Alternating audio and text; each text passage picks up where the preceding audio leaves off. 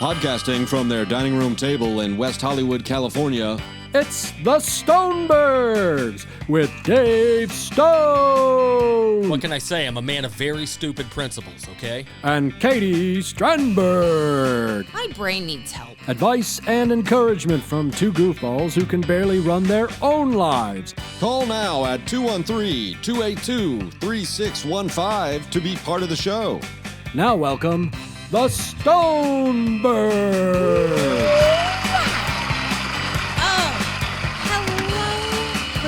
You feeling it? I am feeling it in my heart and soul. Feeling the flow? How the hoot are you?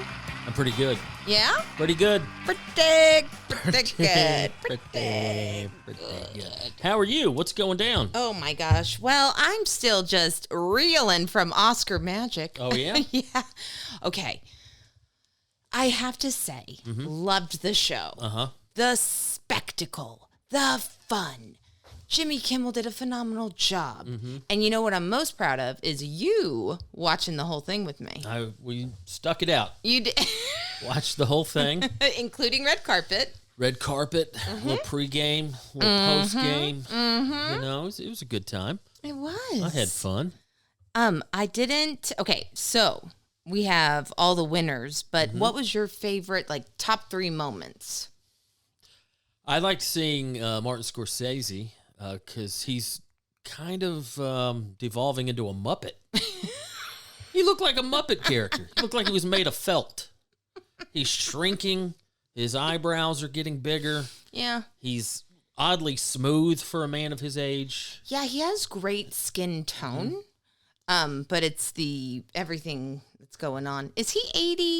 He's got to be. He's got to be 80, right? 3? He's got to be in his 80s. What is it with old fellas and the eyebrows? Oh. What about do they just they don't have someone to kind of say, "Hey, buddy, Yeah. let's shape it up." Well, they don't care. Like, he just doesn't care anymore. And also, he probably doesn't see it with his eyesight. That happened with my dad with his nose hairs. That was a different nose hairs. situation. Got to be 'Cause it was vigilant. just- Got to yeah. be vigilant with and the ear hair. I'm dealing with that now in my You have 40s. ear hair? Oh, I've got the outer ear, but then the inner ear. It's a nonstop battle. Whoa. Every day. Me and the tweezers go to war Oh, I get it. with the ear hair. Man. So you gotta stay on top of that. But I guess, you know, if you've been directing movies for over 50 years and have got as many Oscars as he does, Yeah. you don't care about that stuff. That I always like seeing him. Everybody's talking about the Pacino thing at the end. Oh, I couldn't yeah. figure out what he said. I finally did. I watched it again. He mentioned that there's 10 nominees at the very end for Best Picture. Yeah. And I guess he was supposed to list off all 10, and he listed none of them. And he just he opened the envelope, and he said, "And my eyes see Oppenheimer." And my eyes see Oppenheimer. And I don't think anybody understood, like, "and my eyes see." That's not really a normal phrase. And my eyes see. I thought he was trying to speak German. Yeah. I don't know if he was. I thought maybe he was doing a joke a few years ago when they mentioned La La Land won, but it didn't win. Right. I thought he was trying to reference that, and by maybe saying somebody else, and then haha. I don't know. It looked just like phoning it in, but he didn't care. Yeah. It was the tennis shoes. He looked like he was taking a nap 3 minutes before they It's pushed totally him out true. stage. They're like, Al, you got to wake up, buddy. Yeah. You got to go say some words. But it was a good production. I enjoyed it. I did too. You know, every year there's always a few things that you could point out that are, you know, annoying or whatever, but I don't know. I liked it all. Yeah, The music was good. The presenters were good. They could have used a little more comedy. that's true. Why don't they use? I like when Amy Poehler was involved. They need an Amy Poehler there in the audience as a plant. Tina Fey. The John Cena thing was funny. Oh, that was great. Have you seen, do you know who Jim Varney is? No. Ernest Oh, Goes to yeah. Camp. Someone Ernest told me Saves I Christmas. looked like him once, and it kind of made me sad. But I think you mean, look like him. they have a point. John Cena's starting to look like him. Oh, I could see He's that. looking like a buff Jim Varney. Yeah. They ever reboot the Ernest franchise? Reminds me on, I don't know why I always think of this when I talk about Ernest, but I guess there was a kind of an art house film years ago called Our house in the Ernest. middle of The the Importance of Being Earnest or something.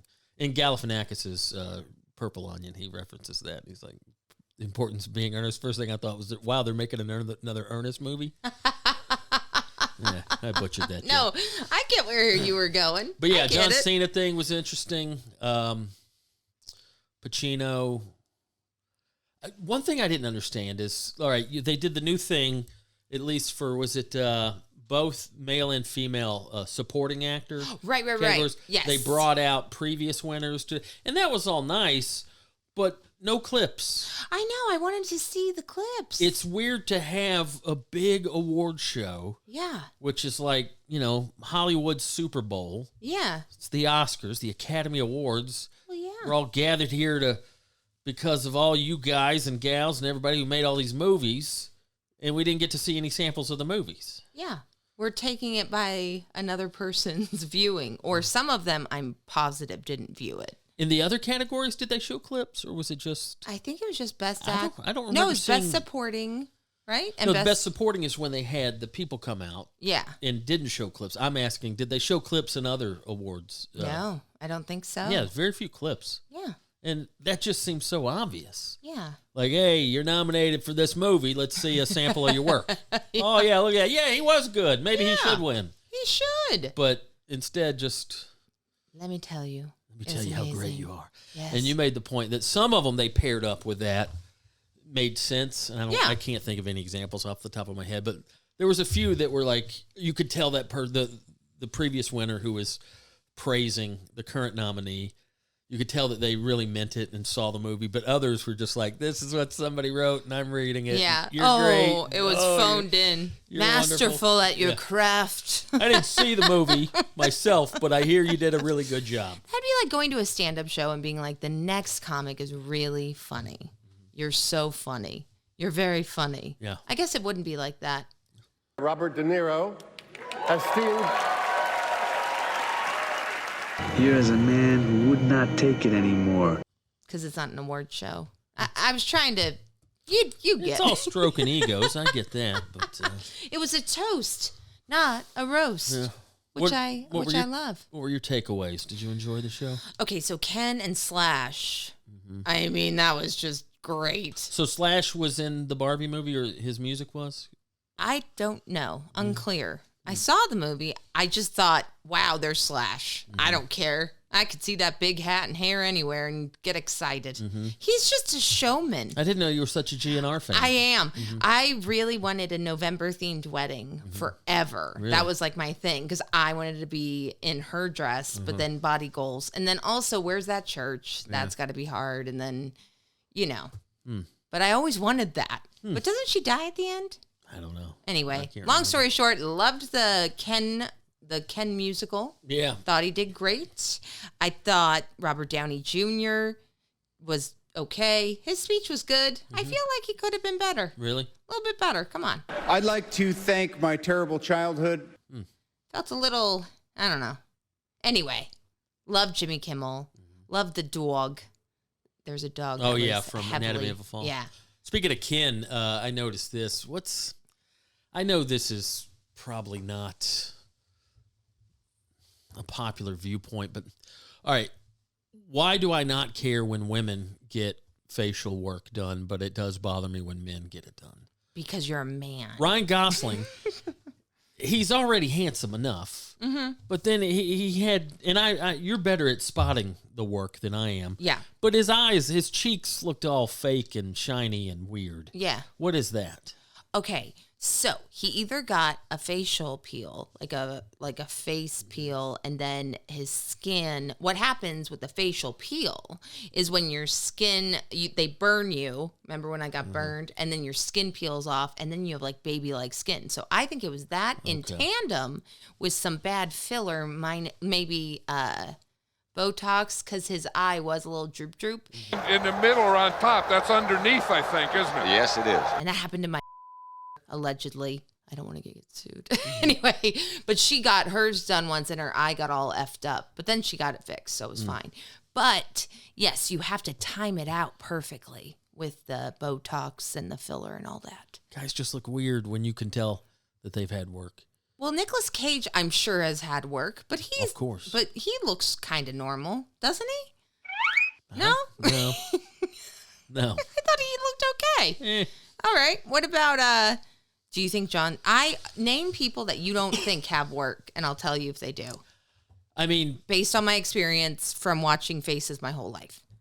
Like when it comes to like aging gracefully, like handsome older dudes, like George Clooney, Brad Pitt. When I look at them, I don't necessarily. I'm assuming they've had work, but it isn't as apparent as other people. They have.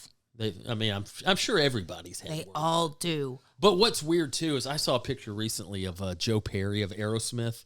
Now him and Steven Tyler have both got to be in their 70s. They both. I saw this picture. I don't know if it was them or it in their defense, it could have been a filter on the actual photograph. But they both no wrinkles, zero wrinkles, zero anything, and it's like you're 75. Like that looks weird when a 75-year-old man's face looks like a 25-year-old man's face. Steven Tyler wrote, "Someone dropped raw meat on a dream catcher." Yeah. That's odd. It is odd. But then, the body doesn't match either. Mm-hmm. So that's my main thing. It's like if you do the whole body, all right, you're a robot / we don't know what age you are. But yeah, just the face is an odd look. I agree with you. Yeah. I agree with you. Yeah, but it's just weird. I don't know. It's also, it's that kind of the same concept as like, why is that in-shape guy working out? Yeah. I always think that. When I see fit people working out, I'm like, why is he working out? It's like, oh, maybe that's why he's fit. But it's just weird when you see handsome people, beautiful people with work. Like, I would assume that Ryan Gosling would look fine right now if he'd never had any work. Yeah. Because, he's probably, 40? It's not like he's 60. Yeah. So, I don't know. It's just weird when you see young people, especially men. And again, I know that's probably wrong. I think I'm just more accustomed to seeing, the Real Housewife style 40, 50-year-old woman because of me with a lot of work as opposed to the 40, 50-year-old man with the work. It just looks weird. Well, it's symmetry. Mm-hmm. It really is math. Because I have sideways mouth, so I've always watched people's faces, like line in the middle, line across, and then it's fascinating to me because I just got into watching it to see, ooh, how did they do that? Can you change or tweak that?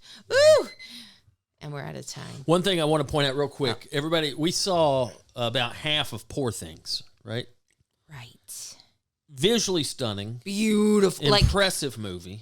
Oh, I didn't amazing. finish it. Visually. I felt a bit uneasy watching the movie, and I've not seen anybody talk about this yet. If you've seen Poor Things, you know what I'm talking about. A lot of sex in this movie, and I'm not a prude. I like some on-camera boning. Yeah. Who but doesn't? Are we just going to gloss over the fact that this character... I mean, am I right? Did they establish early on that this character is mentally challenged? Or whatever the proper term is? Okay, so in the beginning... She's special? She's like a toddler brain. Like she has a toddler brain. While she's a teenager or whatever. Fully, not fully grown, but she has a toddler brain way beyond being a toddler herself. It's like a female Frankenstein. So she's like a... They call her a monster and stuff in the beginning. So she is developing at a fast rate in her head. I read this. Emma Stone said this. So she, in the beginning, the director was like, just act like a child the whole time. Okay. And then she was like, hey, this is kind of weird. And so they reworked it where developmentally, I think at the point... We were watching... When she became sexually active, she was no longer the mind of a toddler? I feel like she was like a teen. Or like a... Yeah. Well, that was just a bit bizarre, seeing someone with clearly cognitive issues just banging like a jackrabbit. And it's like, are we supposed to be seeing this? You know what I mean? And it made me think of this. And it made me think of this. Now, and this is always such a touchy subject. Uh-oh. And I mean, no, I'm not. I have good intentions, but this is a legitimate question.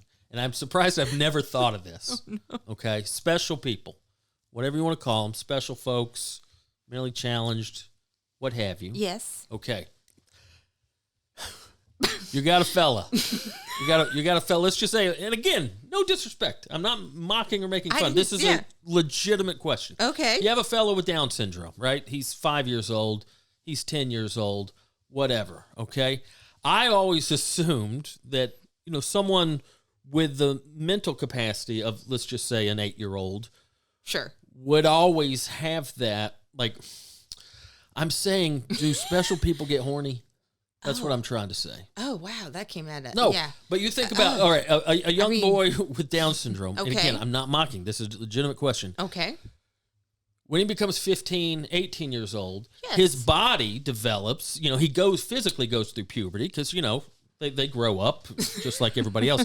But mentally, do people like that, do their hormones, like what happens to their Great hormones? question. Even Okay. though mentally he might always be an 8-year-old, Right. his body, he goes through puberty. When his body goes through puberty, does he have hormones and feelings and stuff like that? I watched a smash hit series on Netflix called People in Love That Are Different. Sure. Different title. Love on the Spectrum or something like that? Yeah, Love on the Spectrum. And so that was sweet because it was autistic kiddos and not kiddos, I mean adults that were looking for love. And I don't know the answer to your question regarding special peeps, but I'm assuming yes. I'm assuming let's figure it out and explore some bodies. And why not? We all love playing Tickle the Pickle. Okay. See, now you went. I've got a real science question here. And you're talking about tickling the pickle. No, but do you know what I mean? Like, and how confusing must that be for, puberty and teenage years is hard enough for anyone. I was a late But bloomer. especially if if you're disadvantaged cognitively. You were not a late bloomer. I was an early bloomer. You We were won't get into way that. early. Good Lord. Anyway, All right, okay. Oscars were fun. You enjoyed Pickle. watching the show? I did. I wish Barbie was nominated and winning. I mean, she got nominated for other things, but man, it was kind of sad to see a snub. Yeah. I thought Killers of the Flower Moon would do better. I thought she would win. But sex doll alert, Emma You Stone. call her sex doll. I mean, I just really think it seemed like that to me. My dress is broken. And I couldn't get out of my head. That's my stuff. Yeah. Maybe I want a sex doll. I don't know. Who knows? This is a sex positive podcast, everybody. All right. Okay. Moving on. We watched the Oscars. Good We for did. us. Way to go. We're in the know. It's green, moron! Keeping it between the ditches, it's time for Traffic School with Dave on the Stonebergs. Time for traffic school, boo. Okay. I've been holding on to this one for a while. And it's something that I see every day that it just annoys the piss out of me. And it's something that's easily corrected. And I think a lot of people don't understand what I'm talking about because I would imagine, what's the percentage of people that have to park on the street when they go home? Street parking as opposed to a parking lot or your own space or Like a garage lot. or what have you. 60%, I'd Yeah. say. Yeah, it's hard. There's no parking for these old historic buildings over here. Yeah. But I'm saying, people out in the suburbs and stuff, they don't have to deal with these problems. Oh, I'm It's sorry. city Yes. living folks that often have to deal with street parking. And what I mean by street parking, for those who don't understand, is, we live in a neighborhood, blah, blah, blah. There's a street. There's a street, and you park on the street. That's what I mean by street parking. No, but like I said, there's limited parking as far as parking lots and what have you. But my point is, you can tell when someone has very little experience with parking on the street. First thing you got to do when you park on the street, you got to learn to parallel park. And That's hard. I may take that for granted at this point. I used to parallel park that big van. Beautiful, beautiful work. Or you didn't have a video. You didn't have a... Yeah, I didn't have the camera in the back Didn't have either. a camera. My point is, all right, street parking. All right, I need visual aids for this, and we'll insert some photos to kind of show what I'm talking about. But let's say you've got a stretch of block. There's a block here right out in front of our apartment, right? For the sake of simple math, let's say you've got a stretch of 50 feet between two driveways, right? Right. There's driveway here, and in between there's 50 feet of curb. And that's half of a football field. Well, no, that's 50 feet you're thinking yards. Anyway, for the sake of the math, let's say you got a stretch of 50 feet of curb where ideally 5 different cars could park, right? Right. 5 cars, 10 feet, blah, blah, blah. Now, that only works if the person in the front and the person in the back are maximizing their full space potential. Okay. Yes. And what I mean is, for the sake of the example, the 2 driveways, that first car needs to park as close to that driveway as possible. And that back car needs to back up. They got to utilize the whole space. Every day I will go out here and I'll see that first or last car with 10, 12 feet of space, either before the first car or behind the last car. 3 or 4 cars can now fit where 5 cars should. Yeah, that's... So what I'm asking, the point of this, what I'm asking you to do, fellow Parker, I know it's very exciting to get to your destination and, I found a spot. But like anything else behind the wheel, pay attention to the details. Right. It looks as if many of our neighbors just come home and throw it in park wherever the car lands. This isn't a great topic as far as, I feel like I need some little you're doing great. Velcro cars and an intersection to show you, but just utilize the space that is afforded to you. Okay, I think, here's my thing. I've been a parker that's not very nice sometimes to my fellow people. Now, it's because I get anxious because I see the curb and I'm like, uh-oh, is that person going to be able to get in the driveway? Is my rear end of my car going to get hit? So maybe a lot of the times they're just like, okay, for safety, let me move up a certain amount of space so I don't get hit by a car going into their driveway. I get that. Well, here's the other thing too. Don't be afraid to get out of the car and look at what you're doing and then readjust. Right. Very rarely do I see that in this neighborhood. That's hard because that's admitting that you didn't do it perfectly. You come in, you park, you get out.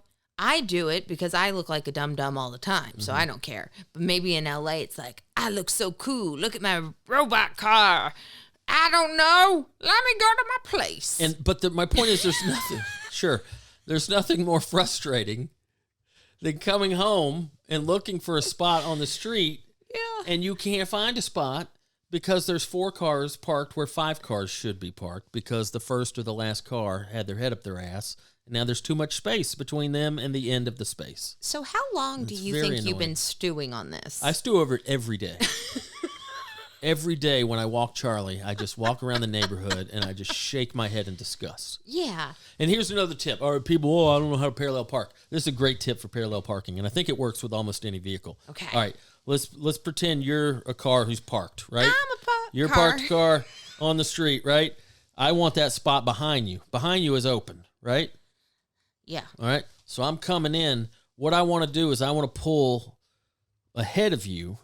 Right. And then I back it up straight. And as soon as our rear view mirrors align, as soon as my rear view mirror is aligned with the parked car in front of me's rear view mirror, that's when you start your turn. Oh. Use that as a marker. Okay. As soon as your mirrors are equal with the person next to you, then you start your cut. And then no matter what, you're not going to hit that car. With two average vehicles. Okay. Yeah. Now, I'm not saying, I had a stretch limo.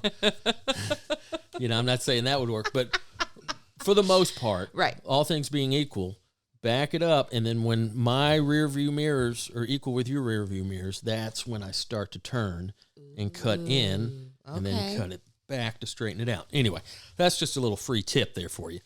But my main concern today is just utilizing the space and don't just blindly park and get out and check your work. Yeah. Be considerate of those around you. Here's my thing though. You got to be careful. My little parking thing is being close to the curb. Now, as an ex-driving instructor for teen children, that's right. People entrusted me with their children to learn to drive. Anyway, I'm probably at fault for a lot of bad drivers, and at least in the San Fernando Valley. However, you have to get near the curb as much as you can. That was my next point. Hug that curb. You got to love that curb. That curb's your friend. Hi, I'm a little curb. Come on, say hey. Yeah. It's Southern. Yeah. Come park next to me. Please. But no, that's a great point. Like, get close to the curb as well. Not only do you need to pay attention to your north-south alignment. Yeah. You need to pay attention to your east-west, how close you are to the curb. Yeah. And ideally, because if you're parking on the street, most of the time, street parking makes the streets very narrow. Yes. So you want to not only utilize the north-south space, but get your ass out of the street as much as possible. Hug that curb. But you don't want to scratch your tires on the curb. Dad used to say that to me all the time. Like, don't scratch the tires, you idiot. Yeah, I scratch mine pretty bad. That's a sacrifice I'm willing to make because I'm a good neighbor. But that's going to pop your tires, and your tires won't do well, apparently. I don't think it's going to pop mine. No, I think it might. That's what Dad said. Yeah, we'll see. Also, don't be afraid to fold in that rearview mirror, that driver side rearview mirror. Oh, yeah. Don't leave that hanging out. Don't. Just be considerate. But it's hard to explain that without visualizing. Do you understand what I'm saying? I do, Initial actually. grievance? No, I understand. So. It is annoying.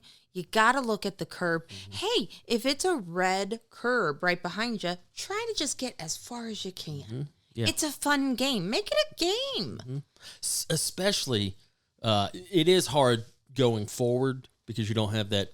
But cars that have the rear view camera now, that's perfect. Oh, yeah. When you're going back and you're the last car in the line. Oh, that's I use that camera until I see the red or the driveway. You know, a lot of times it's the red, fire zone or whatever. Or if there's no red, it's a driveway. But you can see perfectly with that mirror.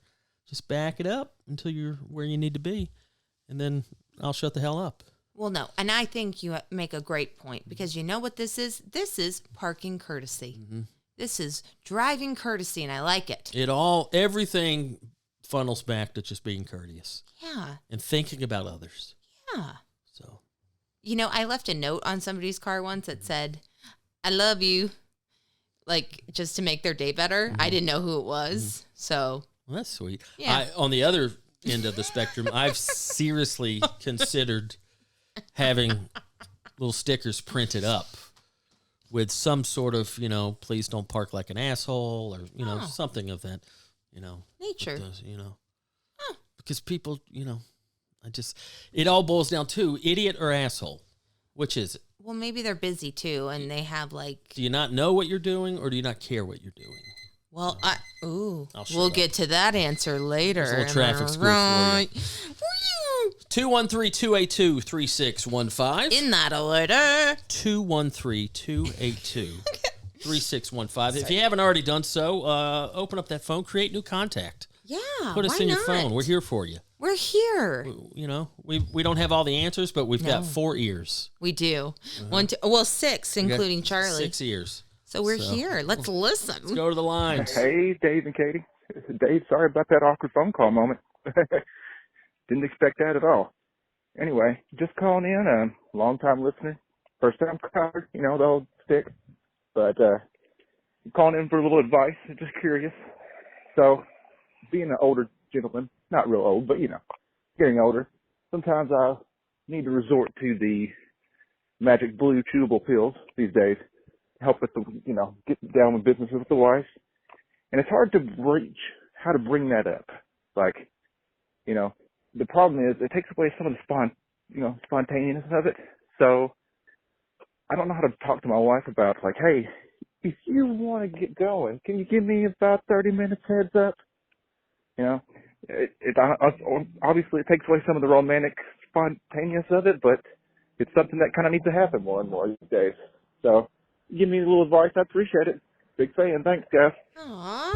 Thanks for checking in, Wes. Blue pill alert. What he was referring to up front, sorry about that awkward phone call moment.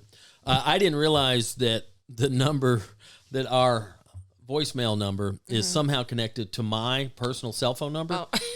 And you know that I love answering scam calls. Oh, I know. It's too so much. I just answer the phone, especially if it's a scam call. I'm always just, what?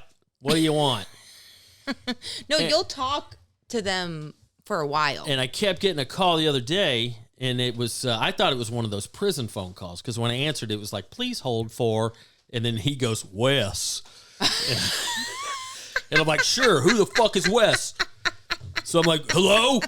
And then I always do this, because a lot of times those scam calls, it's usually not a real person at first. Yeah. But like most of the time when I answer a scam call, you have to say hello like 3 times. And I'm always like, you called me, jump in there.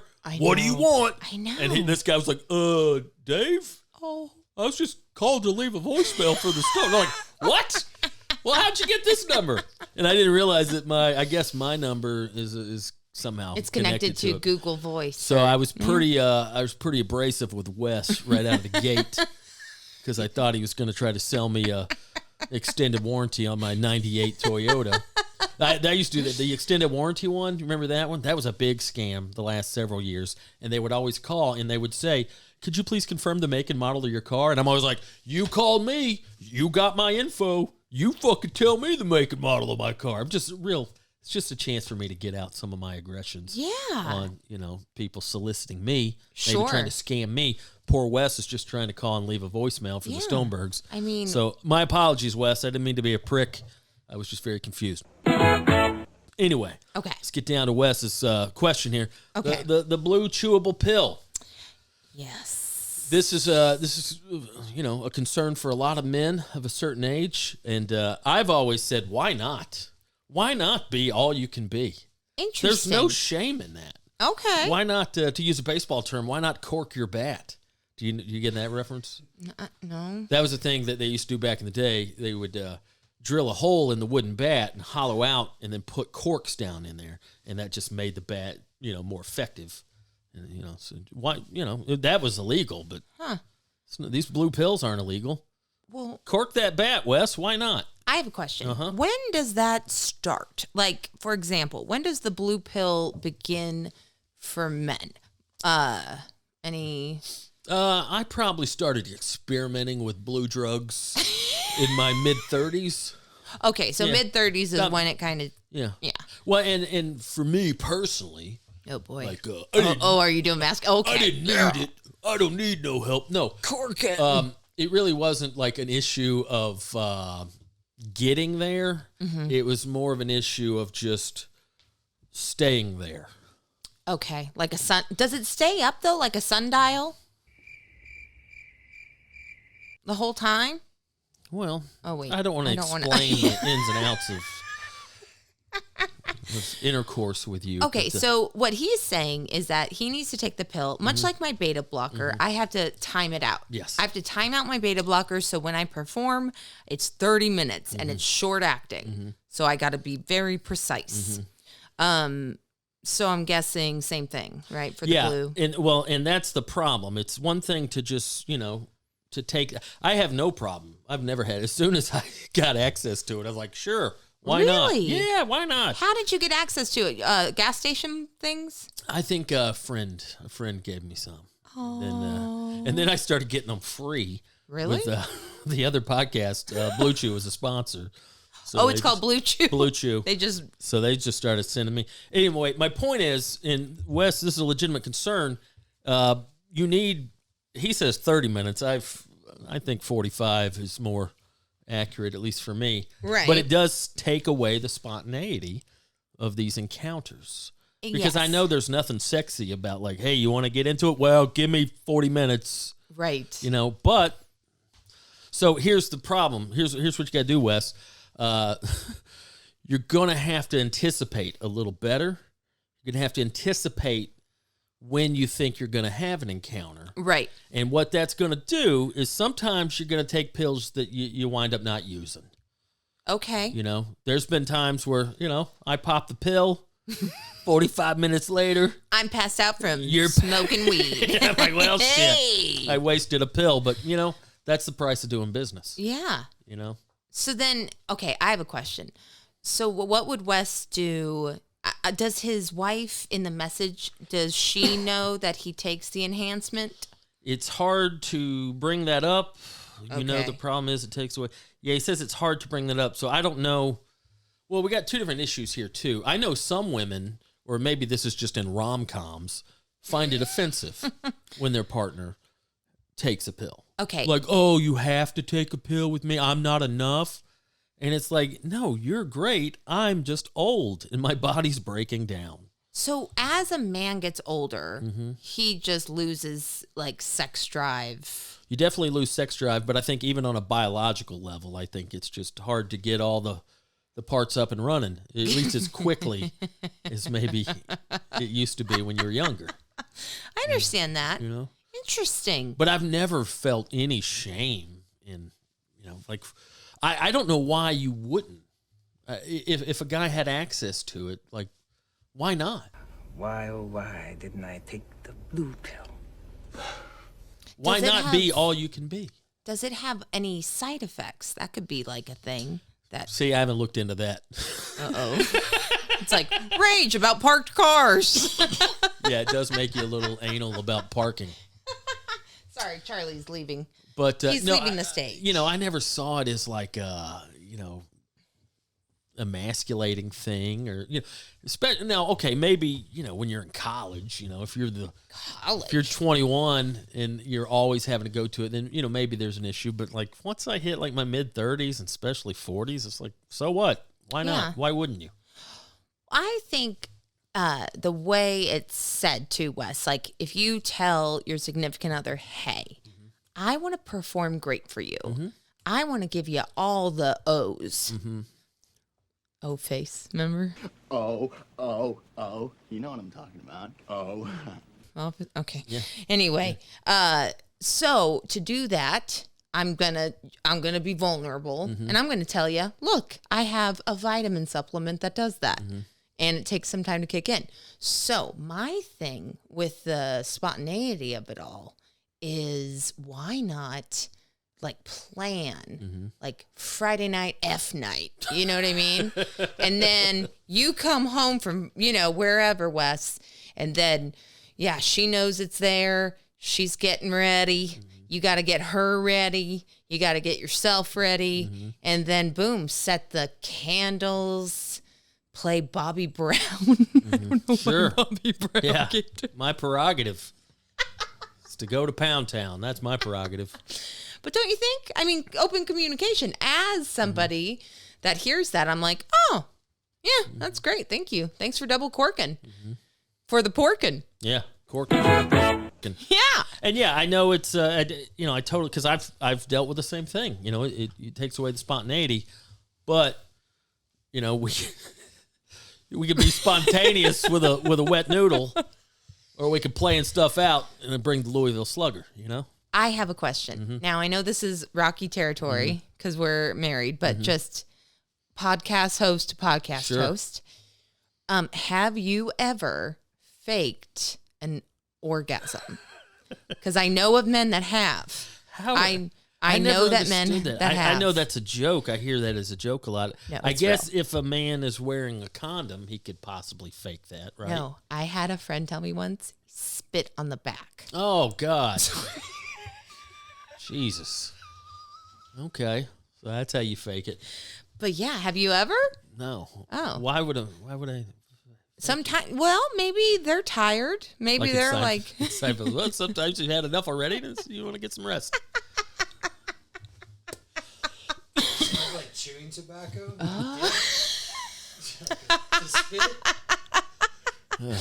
Just throwing. But yeah, I've heard of that.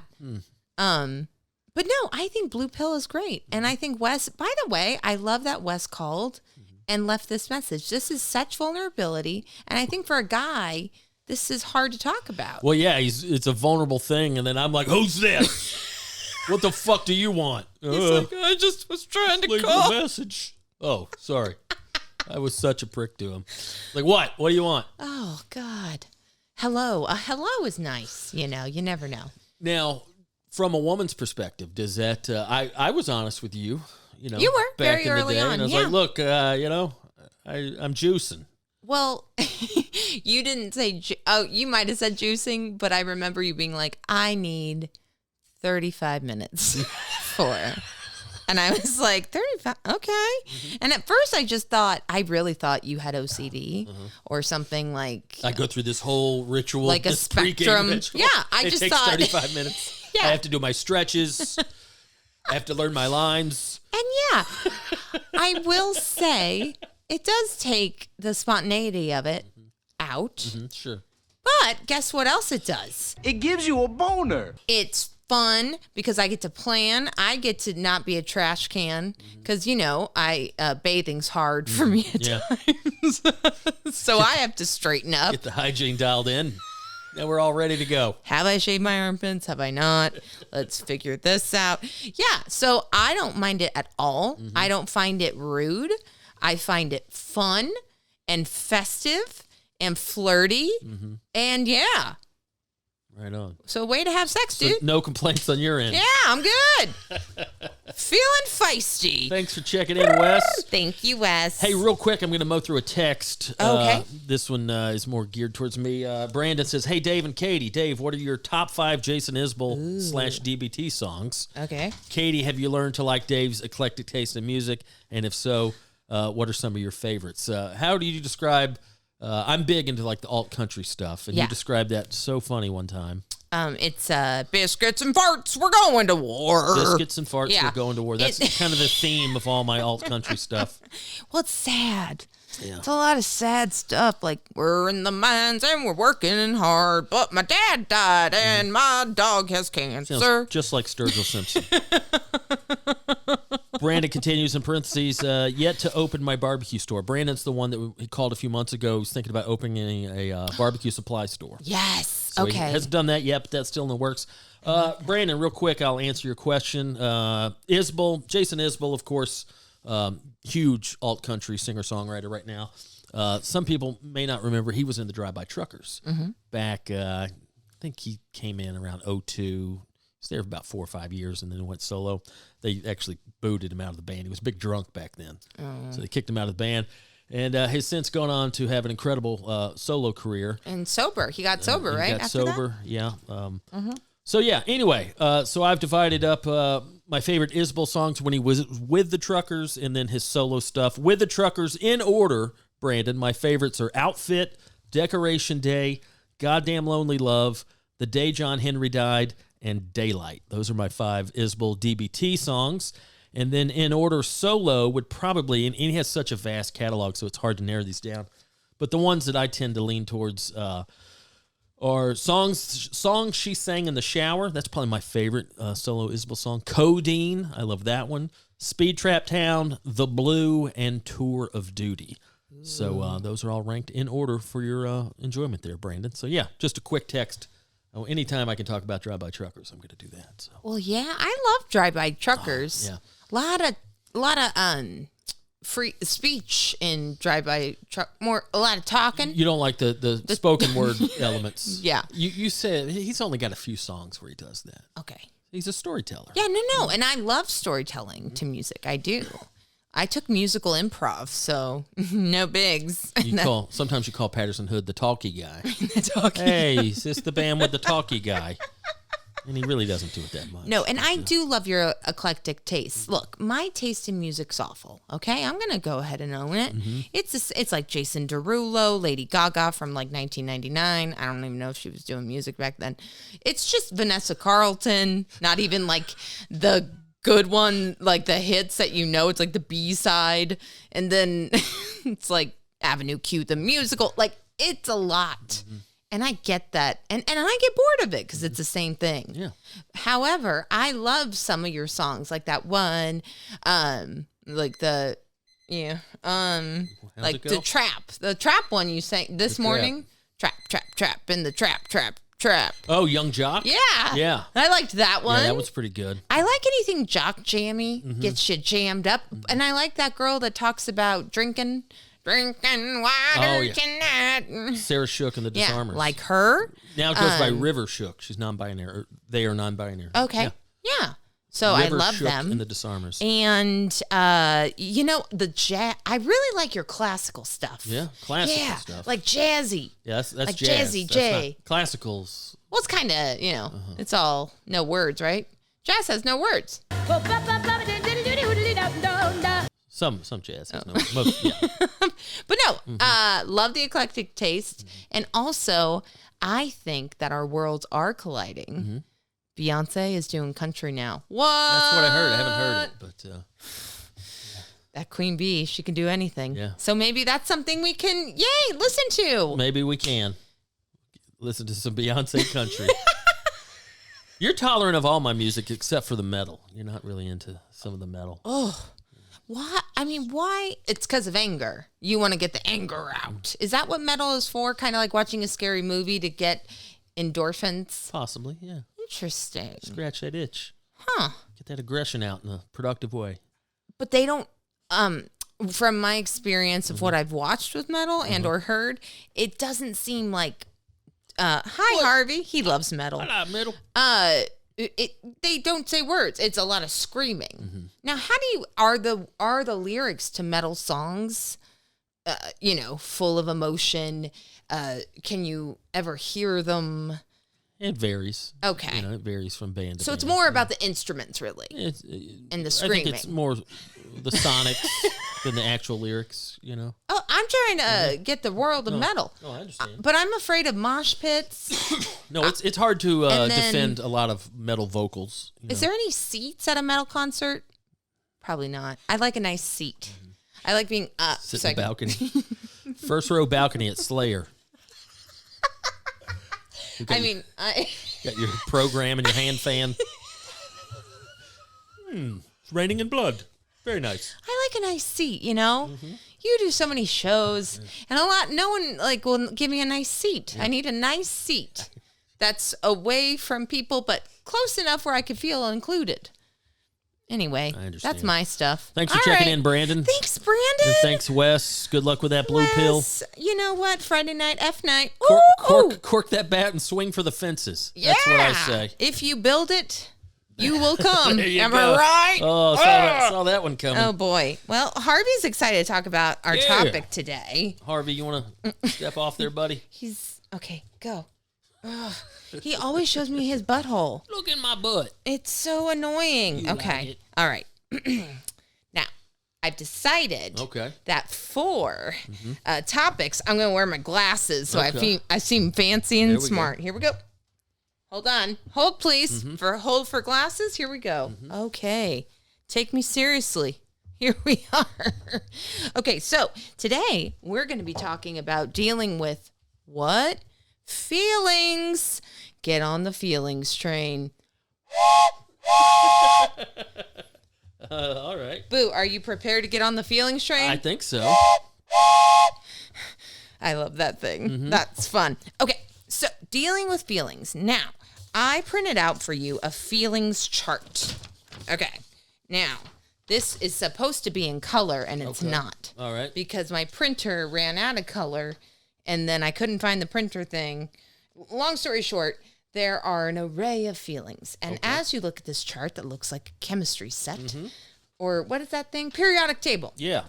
Okay, so there are different quadrants. So there's 4 quadrants, and there is basically the emotions, right? The happy, the mad, the sad, and then the... What are you looking at, Harvey? He might be, You okay, buddy? I don't know what he's feeling. Tired. He's something. But anyway, so we're going to go into the emotional pathway. Okay.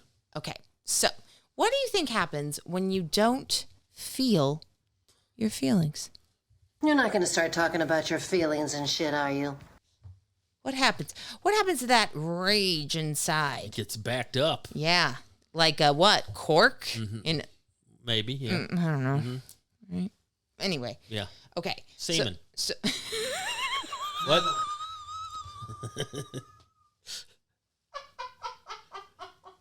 Gotcha. I can't stop picturing the corking and the... Oh, all right. First of all, you have to name what your emotion is. Now, I think the main thing that this psychologist is talking about, and we're going to get his name later, is getting really nitty-gritty to it. Don't just say, I'm angry. Are you, on a scale of 1 to 10, enraged? That's a 10. That's a part of angry. Okay. Or are you just kind of upset?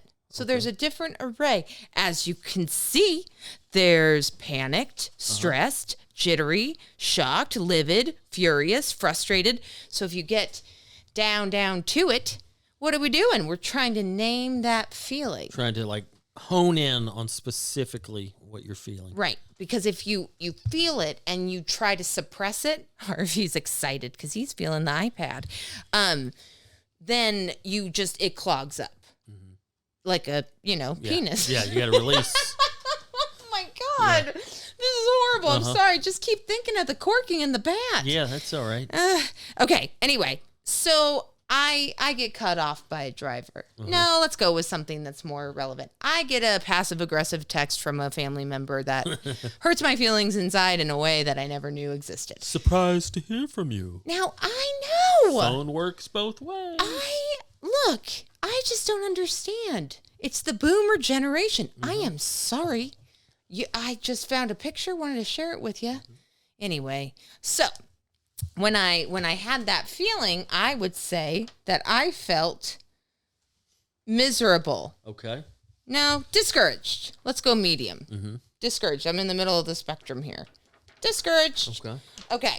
So I don't just say, okay, I'm discouraged, because if I just say I'm discouraged and I'm going to keep it inside me, then I'm just going to be discouraged all the time. I'm going to be discouraged at Charlie. He always needs a walk. Harvey, going to be discouraged that he, is everywhere. It'll pour out in other ways. Or I could take a second and say, hey, I'm feeling discouraged. Why? Because my family member is a pile of shit. No, but I'm feeling discouraged because I feel like, okay, I'm in trouble for texting somebody, right? That kind of sucks, but I didn't engage in a fight. I just said, well, I love you and hope you're doing well. But that is released, and then I could just say goodbye to it. So you have to acknowledge it, and it has to go through you. But I think what happens with everybody is that we acknowledge it in a way, but then we're just like, it's fine. It's no big deal. It's fine. And I say it's fine all the time because I'm a passive-aggressive person at times. Okay. But yeah, like it's not fine. It has to go through you. Our body holds on to crap. And then you're going to get mad at, the coffee maker for not making a loud enough beep. Yeah.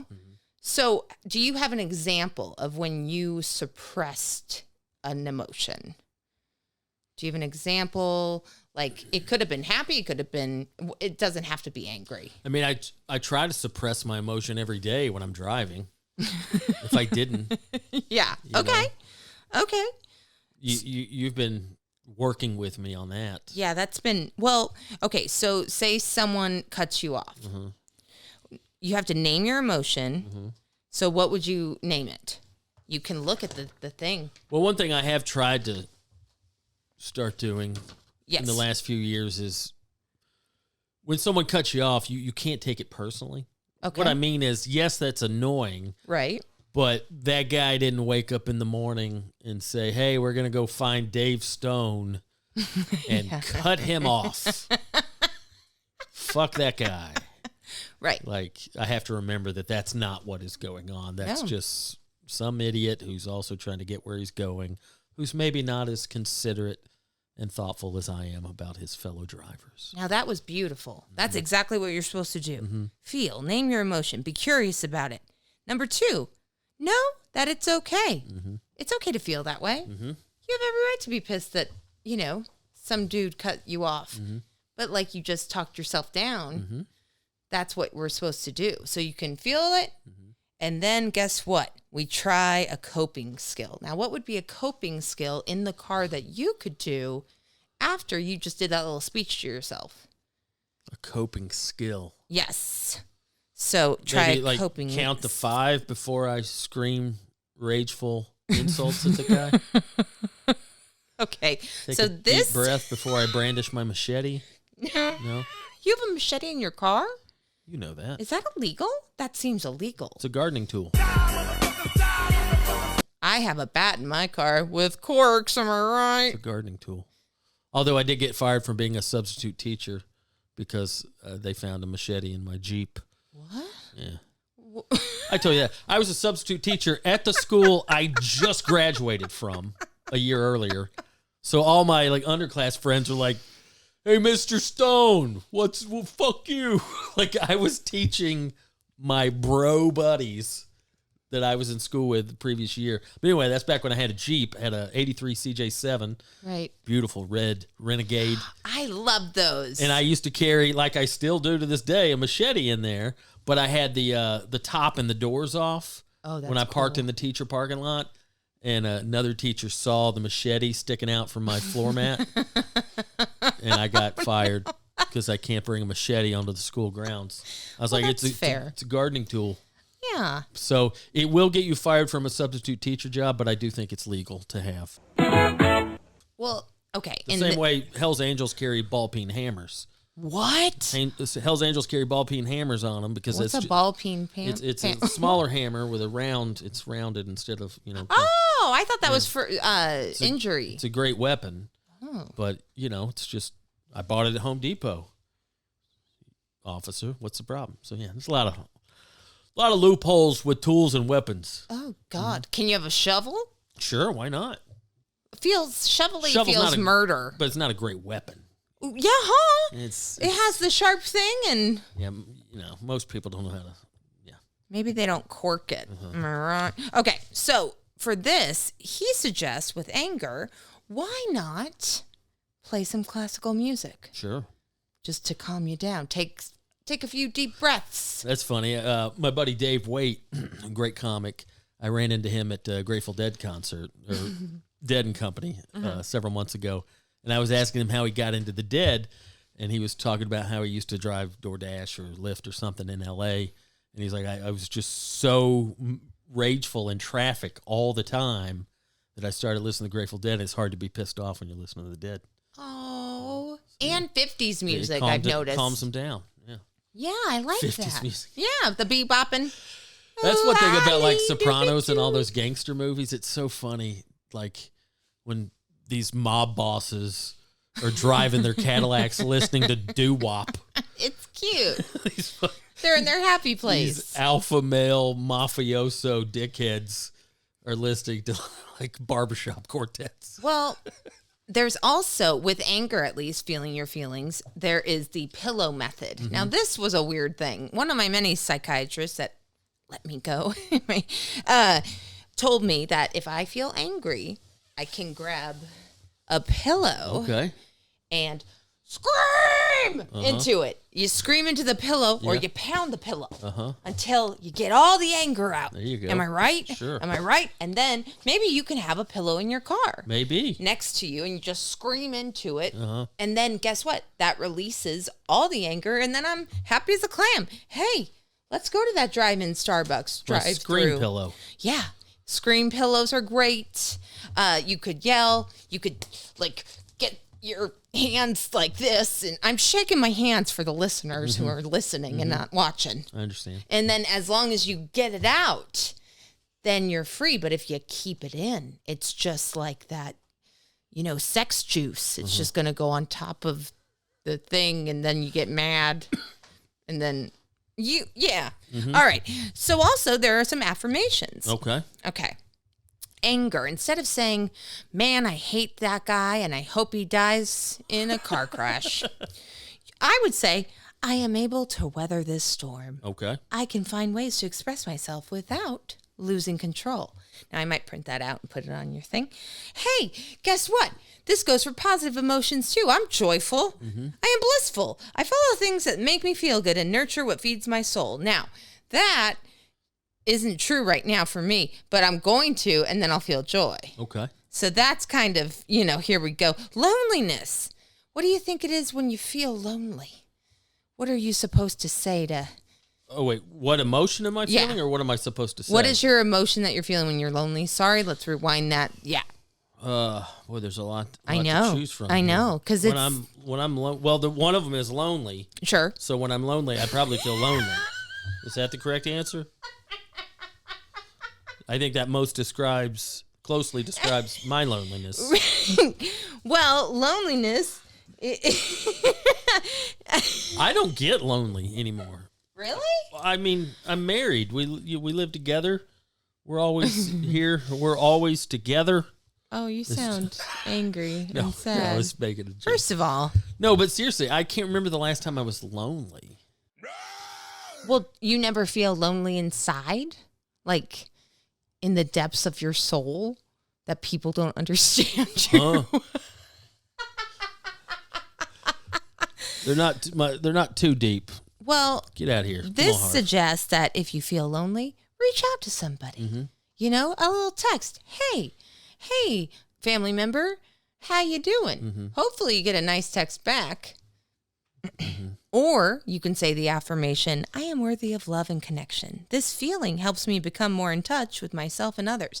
And that's a big thing I'm trying to learn too, is when I have a huge, huge feeling, I'm not going to just take it out on you unless I'm very unhealthy and haven't taken Adderall for 9 years. So I think it's really interesting because you have to, I'll be like, I don't know what's wrong with me. I'm feeling this, and this. And it's like, well, you're tired. Mm-hmm. You know, I'm not sleeping well. Like you kind of have to diagnose what you're feeling because about 90% of the time we do know what we're feeling. Mm-hmm. We totally know, but it's just, I don't want to talk about it or I don't want to bring it up. Because I don't want to, annoy you, annoy a friend. I don't want to put anything on people. But if you communicate that and just say, yeah, that's where I'm at, I'm sorry, it's so much better. Because your friend or loved one or whomever knows you're going through a hard time because you're acting all prickly. So it's like, hey, here's where I'm coming from. This is what I'm feeling. So sometimes you need to feel that emotion, whatever that is, and then if you feel somebody's putting you in that place, name it and try to express yourself to that person. Does that make sense? Yeah. So you have to name what you feel. Okay. To experience what you're feeling. I know this sounds crazy, but if you just suppress everything, it's going to be like a salad that's just haphazardly thrown together. Sure. And it just becomes mush and disgustingness, and then it all comes out. A lot of cum talk on this one. Sorry. I'm just gonna What? I don't know. You're talking about salad. Why'd you go that way? Sorry, because I said the word. Anyway. You're in the shot, Harvey. What? We're busy here, okay? Go play with your brothers. But yeah, so feel the feelings. Don't suppress them because guess what? It'll boil over and you're going to put it on other people. Okay. So you got to feel it. If you need to get a rage pillow, get a rage pillow. And that's why people work out all the time. Or they find an outlet that works for them. Meditation, grounding exercises, watching a fun movie, coloring in your cat color book. You know, that kind of thing. It calms your nervous system down. And then you can say, okay, I'm emotionally feeling this. And sometimes it goes away in like 3 seconds. No, I think that's a great idea to have something like physical to do, whether it be a punching bag or even something nonviolent like painting or sculpting or something tactile, I think, regardless of what it is, could be beneficial when you're stressed or raged. Absolutely, because then you're saying, hey, I'm owning this. This is my stuff. I'm really angry right now. Like, sometimes I'll be like, I'm really angry. I can't say anything right now because I'm going to say something awful. So I'm going to exit and I'm going to go on a walk. I'm going to figure it out and I'll get back to you. Yeah. I think when your reptilian brain is triggered and you just you see red, exit the space. Yeah. Exit, go get your angry pillow or go run 8 miles. But what you're going to say in that moment, if you don't feel your feelings and know how to emotionally regulate, fireworks. Yeah. And you can't take it back. So don't be mean, everybody. Yeah. Feel your emotions. And that's about it. You know, it's a good little topic. I think it's fun. I think we've learned to name the emotion, and also journaling helps. Oh yeah. On the final note, if you are pissed, I would just take a pen and go to a yellow legal pad. That's what I prefer, and give yourself 15 minutes and just write down everything, and then you could rip it up and throw it away because it's like, oh, that was just gunk in my head that I have to get out. You know what I'm saying? I hear you. Yeah. I hear you, dog. I forgot to set the timer on this. Oh, one. yeah? I'm sorry. Oh, man. I feel I failed. Well, no, that's very helpful. Yeah. Very helpful, Boo. Name emotion, if take away anything from today, get a pillow and scream in it. Yeah, why not? Yeah. Or a machete. Mm-hmm. There you go. Yeah. Pillow, machete, potato. Well, good times, Boo. Thank you for that lesson. You are welcome. I do feel like I've, I joke about it on here with my rage, but I've gotten a lot better in the last 10 years or so. Why do you think that? Me, my rage. Probably the same reason I need to cork my bat. You lose some of that piss and vinegar as you get older. Interesting. And you know what? I gain it. Yeah, that's true. Get excited. Get excited. Oh, that's right. Like women. Mm-hmm. Yeah. Like I never understood that. As I age, do I have estrogen in my body?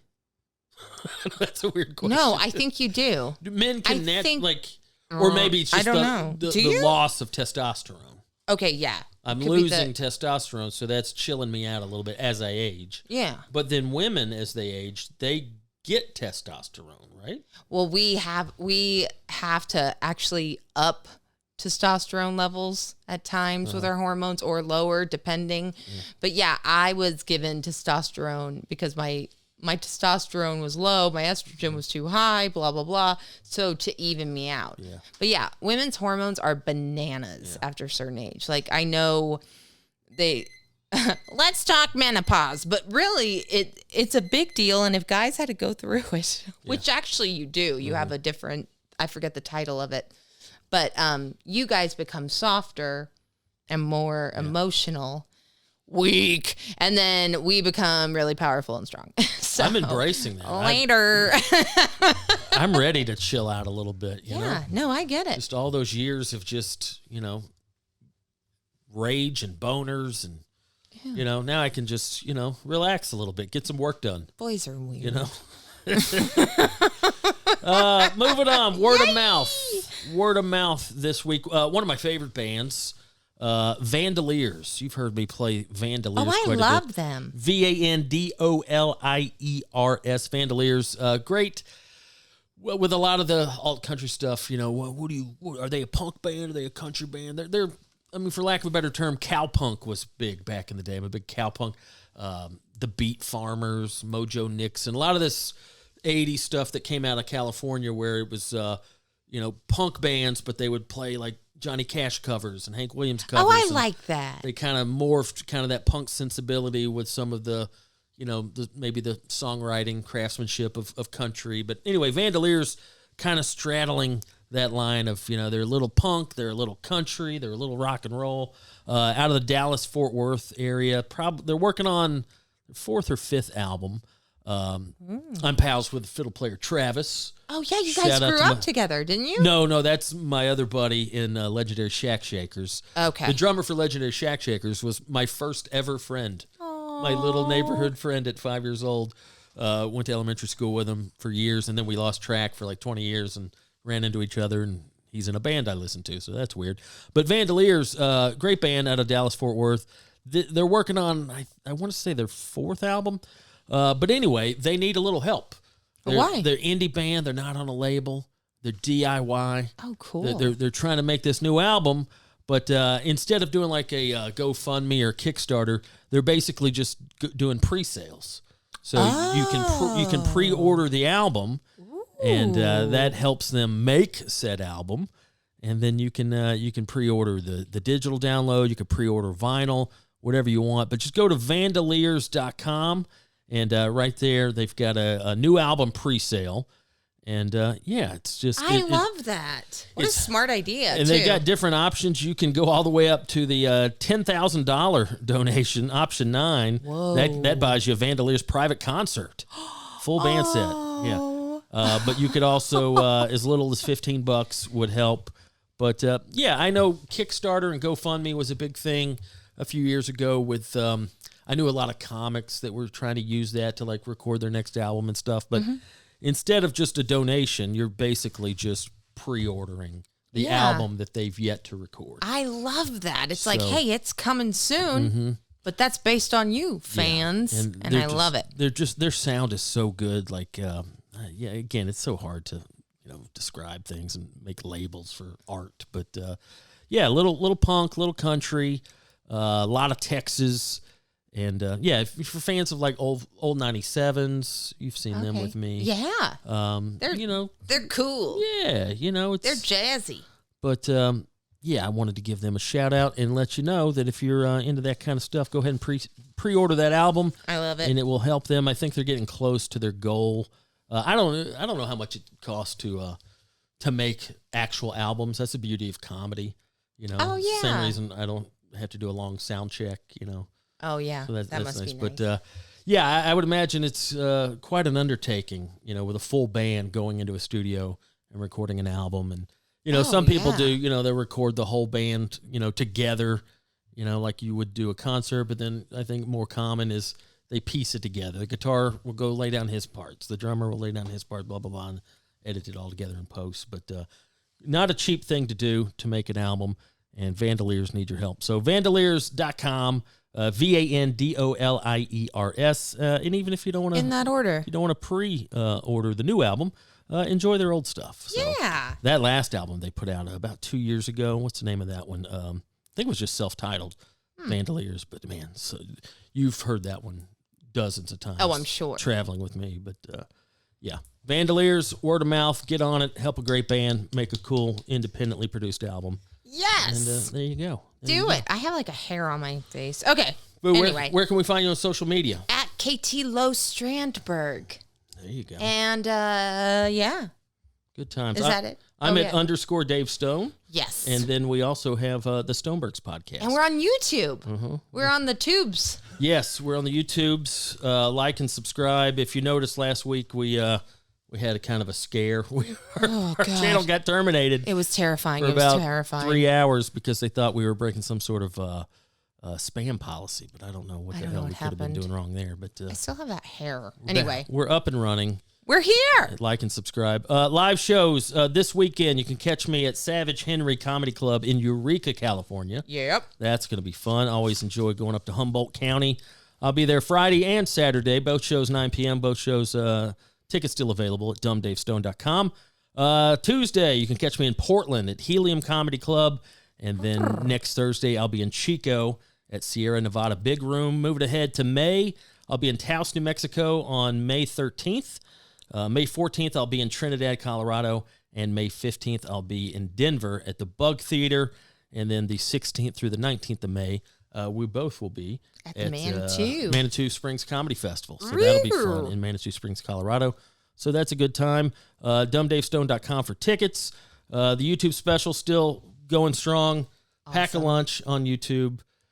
So yeah, if you haven't seen that, check it out. Spread the word. It's hilarious and lovely. Let us know. Like, subscribe, comment, all that jazz.